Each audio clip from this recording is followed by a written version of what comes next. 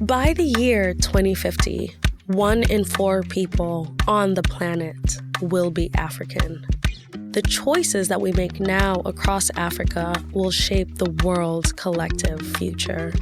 Welcome to The Youth Bloom, where we explore the stories, the trends, and the issues we face in the present that will define the coming decades. I'm your host, Catherine Nzuki.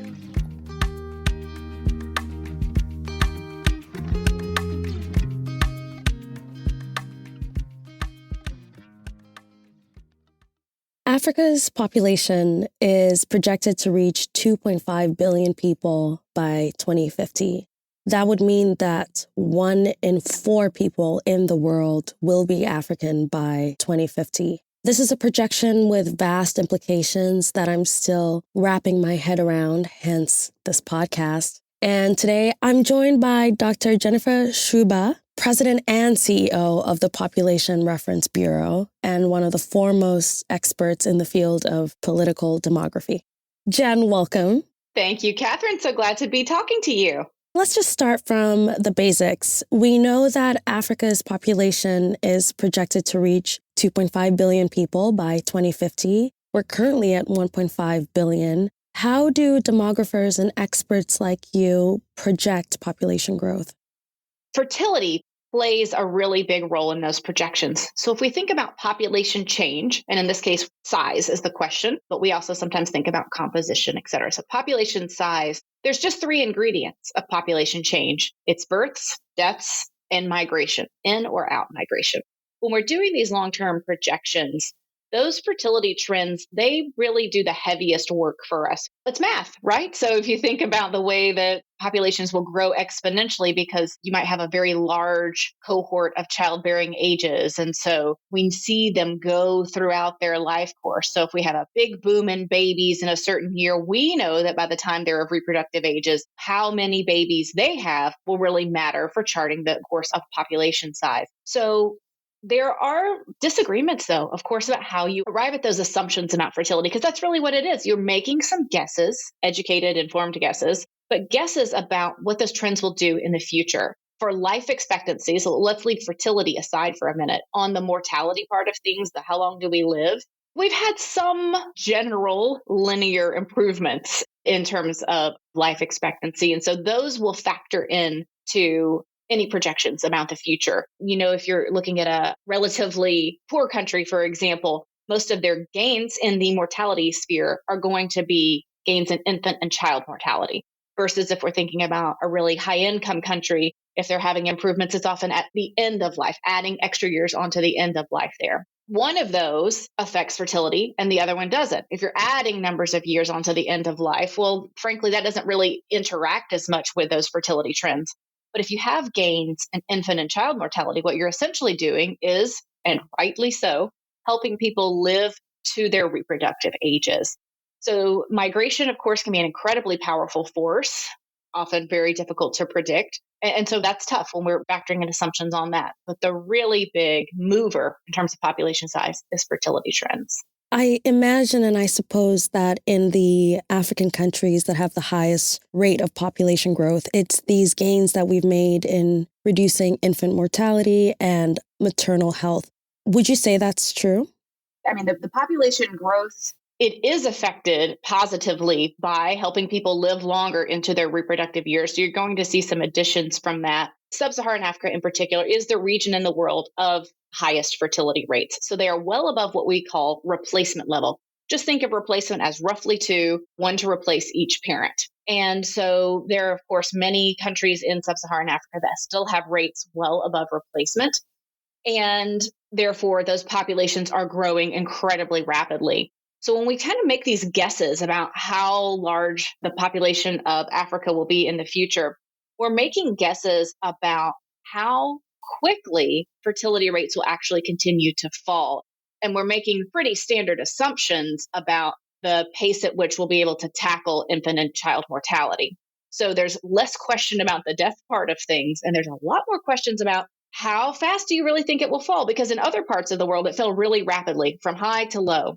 There's a lot of discussion among demographers about whether or not some African states are in a stall. That's a word that they would use. Using the word stall tells you right there that there was an assumption that it would fall quickly. And therefore, if it is not falling quickly, therefore that must be a stall.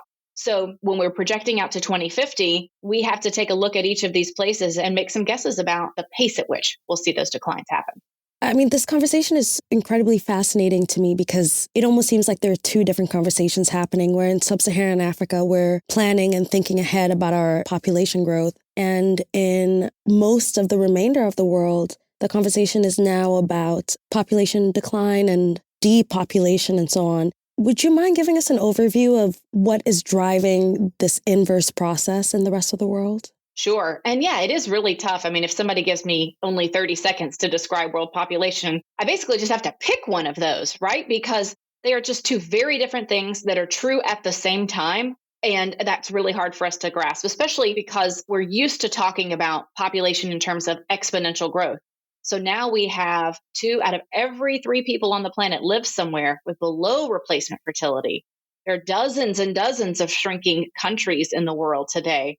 That's in stark opposition to when we see this tremendous growth and this doubling in 30 35 years of some of our highest fertility countries.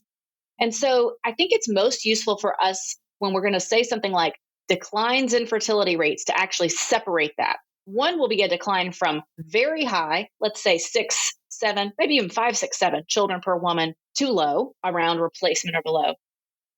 The other is declines from roughly replacement level or just below it to very far below. And that's where there's a lot to learn these days. And that's what we're really seeing. So I think many people are familiar that South Korea has the lowest fertility rate in the world, probably around zero 0.6 or zero 0.7. Official numbers have been 0.7. Unofficially, I've heard that they're moving to, it's really more like zero 0.6 children born per woman. In Taiwan, you're looking at 1 child per woman on average. Singapore, same thing. Even Finland now is 1.3 children born per woman.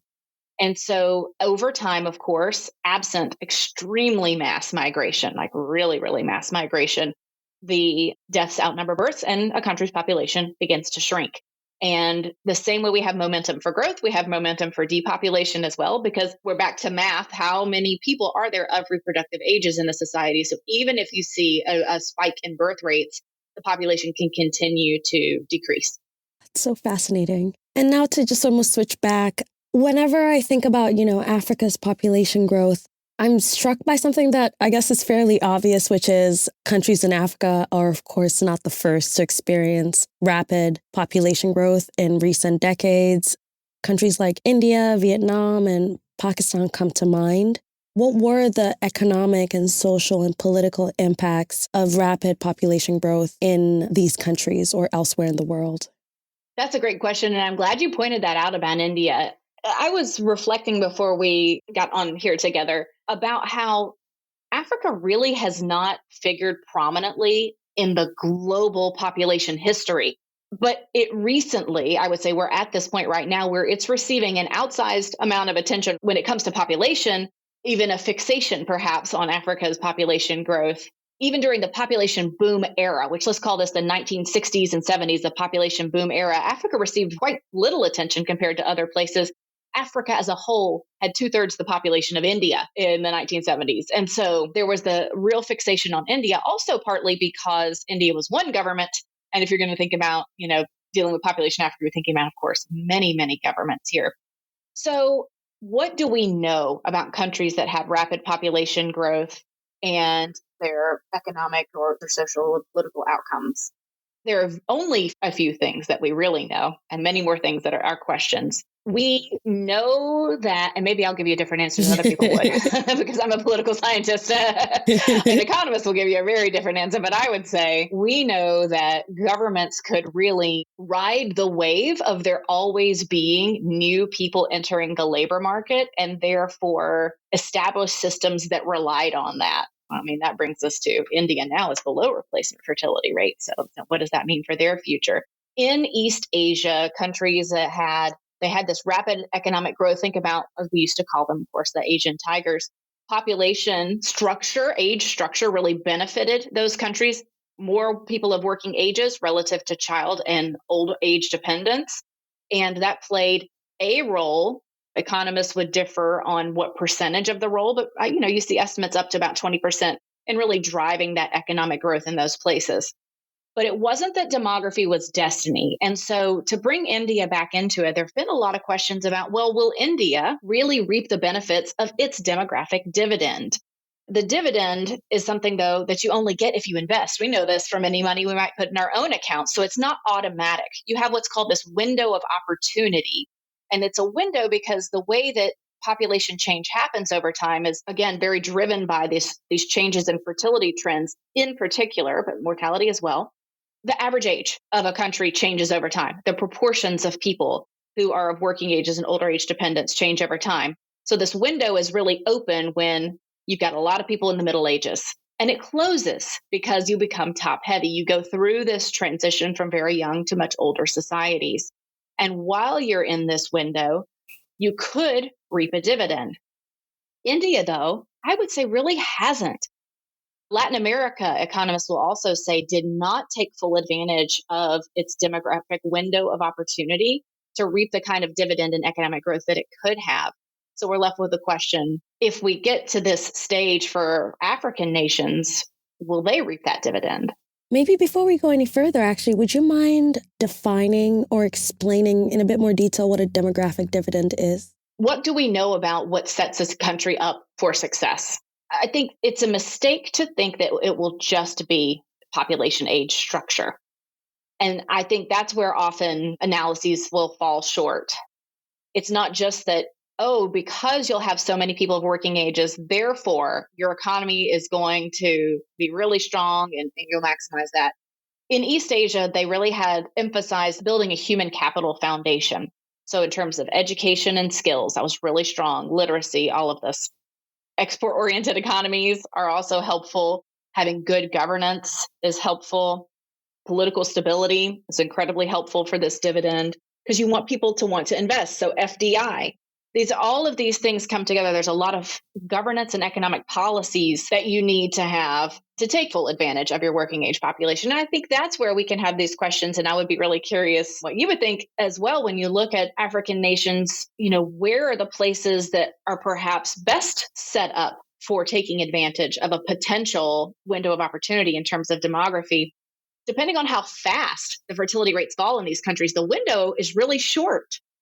So you might only have a couple of decades to reap that economic growth. And so you'd want to go ahead and put in place the types of policies now to capture the potential gains in the future.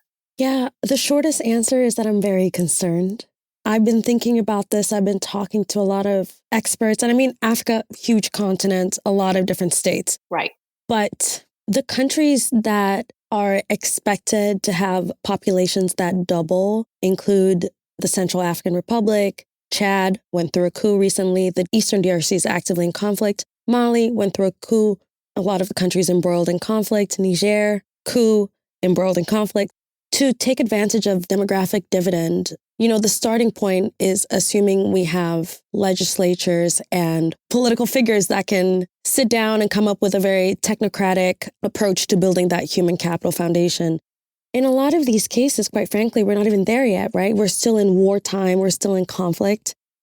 On one hand, I get really excited by the opportunities that our demographics could present, especially at a time when the number of working age people in the rest of the world is starting to decrease, right? Like there really could be an opportunity for the African workforce to be the future workforce, to put in policies in the present that emphasize, digital skills in schools and vocational skills and so on.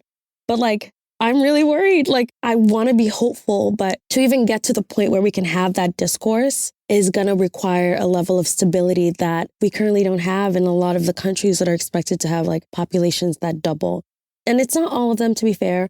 Angola and Tanzania are pretty stable, and especially Tanzania. And so Tanzania's got a Vision 2050 that they're building, and they've got, experts from the country coming together to build this, and that's great. But yeah, long story short, I'm really concerned. And it makes me so sad, right? Because back to that window, it almost seems like the window of opportunity is now, right? That if we were to reform our education systems, for example, and again, invest in that human capital, for a child born today in 25 years, they're going to be the next software developers. Those are really my thoughts. It makes me sad, but there's also hope at the same time.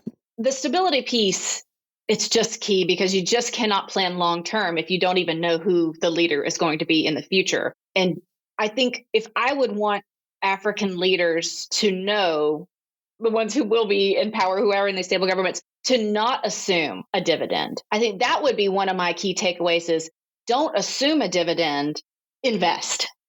And I think the biggest mistake would be to just assume that the demography will set you up and you don't have to do the rest of it. And of course, it's all going to go hand in hand as well. It is difficult to govern and to have stability in societies that are growing that rapidly.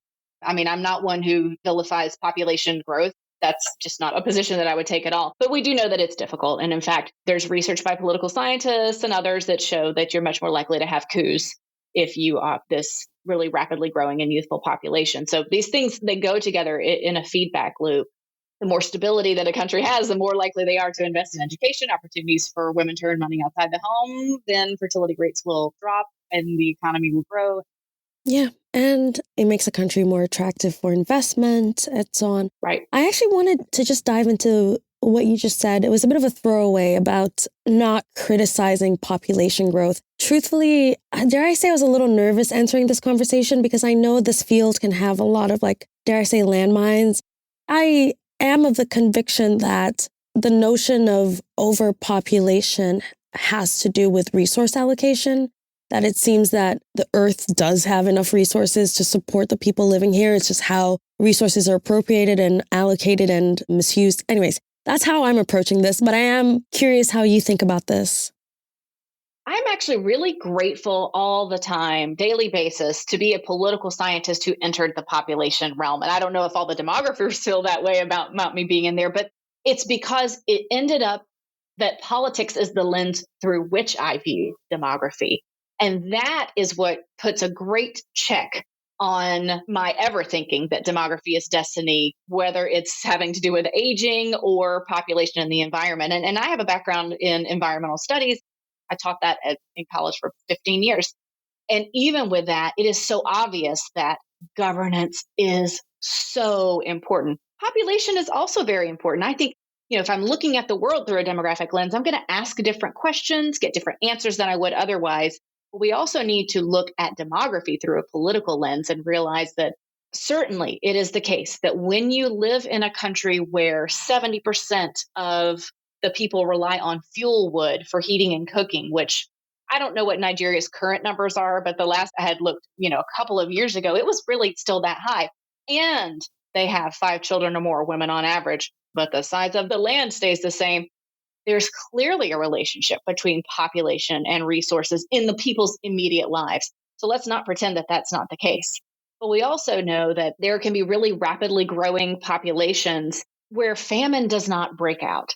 And I think the most useful studies for us to borrow from, I love Josh Busby's book, States and Nature, and it's about governance and environment. And he sets up these really nice comparative case studies, even including, Ethiopia in a year where they should have had famine and Ethiopia in a year where they didn't. And everything was the same except for the governance part of it.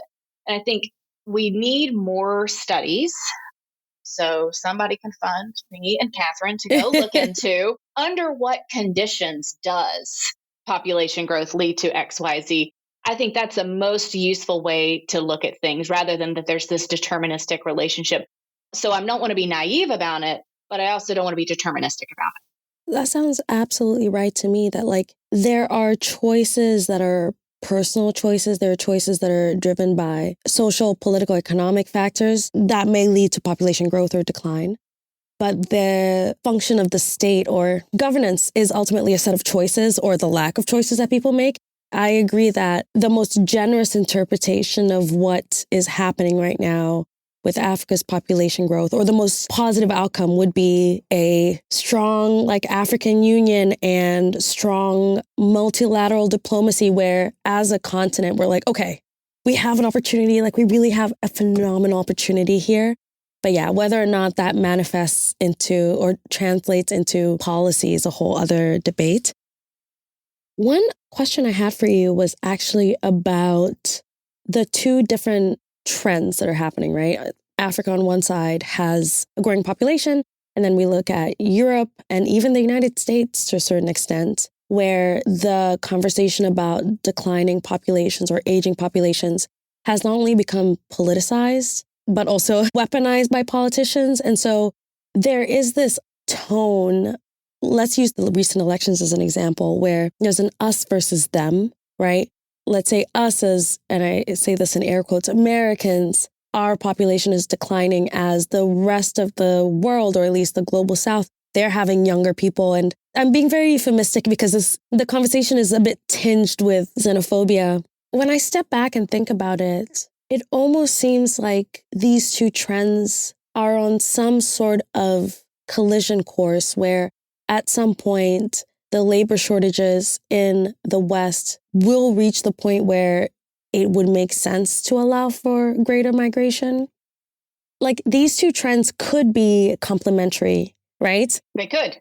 This could be great. Yeah, but why? But yeah, I want to hear your thoughts on that, like the but. This is where, again, I'm grateful to be a political scientist because I think it gives me and anybody else join the camp a very realistic view on how to use these projections. So what people might like to do, let's say you have an apolitical view, maybe an economic view where you say, oh, look, labor surplus on the African continent, sub-Saharan Africa in particular, labor shortage in the US coming. And so US population is still growing at this point, but it is growing with a well below replacement fertility rate of 1.6.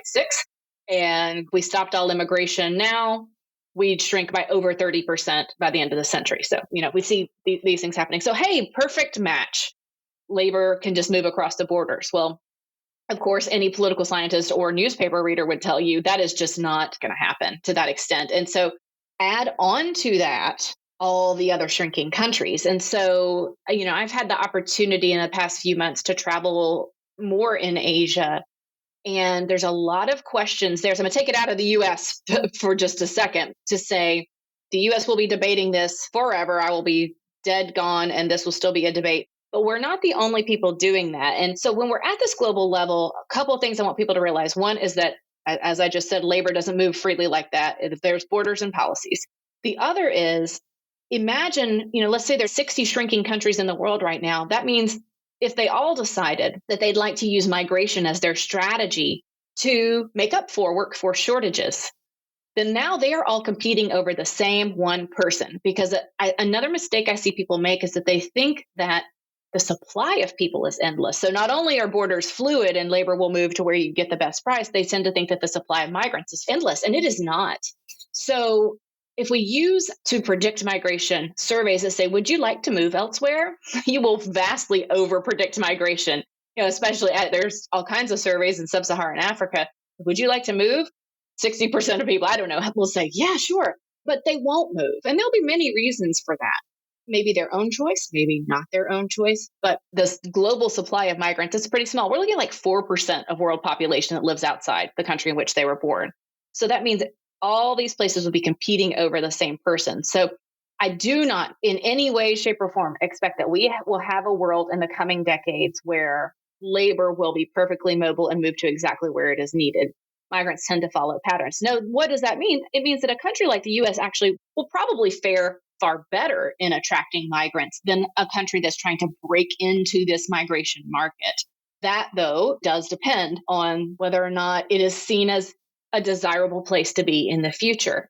So we'll keep getting some people, but to your sensitive question about all the different buts that could go in this, will the United States be a place that is still actively welcoming of migrants in the coming decades so that we reap maybe a migration dividend in the world? My last question is, I'm admittedly a feminist, and I've been always reading these stories through my lens, and I'm living in Washington, D.C. now, and a good number of my friends are very freely saying, oh, I don't think I want to have kids, right? Like, I don't want to have kids because it's expensive. I'm not interested. And all of those friends that do say that have the economic, or should I say the financial freedom to make autonomous choices about what they want to do with their lives. When I speak to friends in Tanzania, it's rare to hear somebody say they don't want kids. And I mean, to be fair, I'm coming from a middle class background and a lot of my friends were from similar backgrounds. Like that's one set of conversations, but I just can't help but think that part of the driver for population growth in Africa and less women choosing to have kids in other parts of the world has to do with like autonomy and choice and financial choice. And so in that sense, I imagine and I hope and I feel and I want to believe that part of this demographic dividend, right? If we really do manage to create the workforce of the future and invest in our human capital, that more women will have opportunities to make these choices for themselves. That it's not the most fleshed out thought or anything, but I do feel like there is something to be tied between autonomy and financial independence and cultural sort of acceptance of women that are not interested in giving birth and raising children. And I don't know what you think about that. Yeah. Well, I think what you've hit on is that in a way, that distinction that I tried to draw out earlier, that it is really tough to go from high to lower fertility and then to go from low to really low fertility rates. So when you're thinking about this city you're embedded in and this friend group you're embedded in Washington, D.C., you're talking about a well below low to really, really low. And what allows women to make those choices, and then some people want to, of course, take this away, is that you are financially free. You don't need somebody. You don't need to be partnered to open a credit card, get a job, get health insurance, all of those things. And then, of course, there's some value shifts there as well. And what's under fire right now and has become so politicized is because in many cases, women who fit that profile are choosing not to have children. They're becoming these questions about taking away those things, which I think is very frightening. We don't want to do that. We want to keep people being however many children you want, whenever you want them, go for it. We want to empower you to do that. When you're talking about in Tanzania, I'm thinking, this is a high fertility country, and there will be an economic benefit to increasing women's autonomy. And a side effect of it will be lower fertility. So it's kind of similar, but in many countries around the world, historically, and I mean historically like 1950s, 60s, 70s, 80s, leaders have thought, and I'll give you examples here. South Korea's leaders have thought this, India's leaders have thought this, China's leaders have thought, if we give women opportunities to work outside the home and education and fertility rates go down, they said that is a good thing the way we are defining it because it's going to give us the kind of economy and social structures that we want. Sometimes they restricted rights on that, but not always. My question these days is how many African leaders still believe that's a good thing and are willing to say, yes, we want to absolutely get rid of child marriage and we want to do what we can to combat young girls having babies. In 2024, there were almost 5 million babies born to mothers under 18. And so do they still believe that it is a good thing to empower women to get more education, to forestall childbearing, to increase their financial security, and therefore reap an overall economic benefit to the country? Or are they so afraid of the Washington, D.C., female elite being their future that they would actively work to counter it? And that's a real thing. So it comes back in a circle. And we've seen, many statements over the years by African leaders that they said there's not enough people. Actually, we don't want to end up with population aging and depopulation. We see what's coming if this goes down, and we don't want to end up there. It's interesting times to bring all of these things together. That's for sure. But, I hope that we will continue to emphasize rights and to see autonomy as important, but I worry that that's slipping in all sorts of context.